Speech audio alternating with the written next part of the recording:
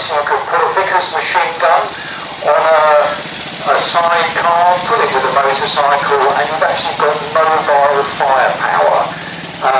Motorbikes are used right from the word go for delivering messages, hence dispatch riders, and we'll see some of the people here at what they call a DR helmet on. Oh yeah, quite a bumpy road coming out of the excavation there. But also at the rear of that column you can see the Desert Patrol vehicle. So from approximately January of 1942, in the Western Desert, Egypt, Libya, etc., the Long Range Desert Group and the Special Air Service managed through fair means or foul to get their hands. And at the beginning of World War II, again I said it earlier, America is not necessarily, they're starting to gear up for production. It's Britain that is going to America saying, can we build tanks for Britain? So did the French.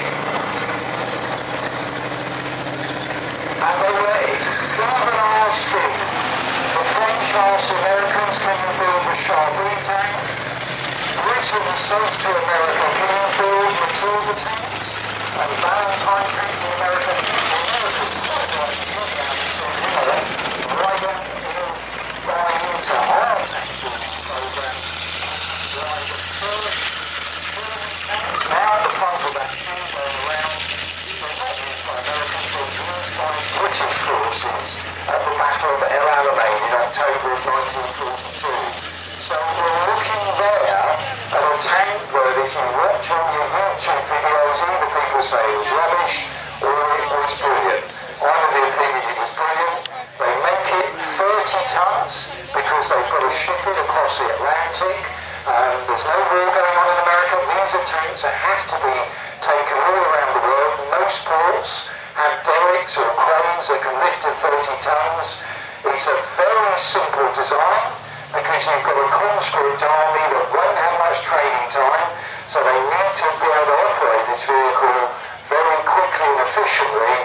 And of course, America is promising to make enormous numbers.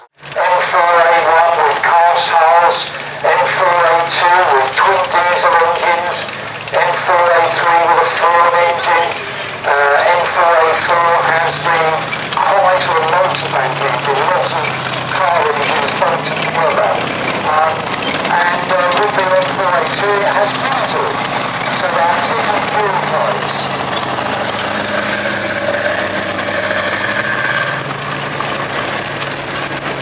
With that ground with enterprise parts, you can do it as an aeroplane engine. The R975, the radial engine in the back row, making that aeroplane almost sound. But as I mentioned, it just wasn't enough R975 engines. The Americans quite sensibly don't move the diesel powered turbines to the Russians. The Russian platforms will obviously what you don't really want is multiple fuel types in your own fleet. The parts all had your mate F stamped with the same F that you see at the beginning of the fuel badges to this day. And that was the position of the US government to work with other governments for that matter, because when they were warranty claim against the failed part, Henry Ford was determined that he would only pay out on anything that could be proven to be a Ford manufactured part. It might have been more, but it was business. Onto that, we've got a Praga OT810, which unfortunately is just leaving the arena now. I was hoping to do another lap. So that's actually post-war, but it's 99% identical to the 250 series of half-tracks, the armoured version of those in use by the Wehrmacht during the war. It was a very successful wartime design. So that's a Scandal Pioneer SB2S, and that's the short wheelbase heavy recovery truck. Now, you're not going to get anywhere fast with one of these Pioneers, but you're always going to get there.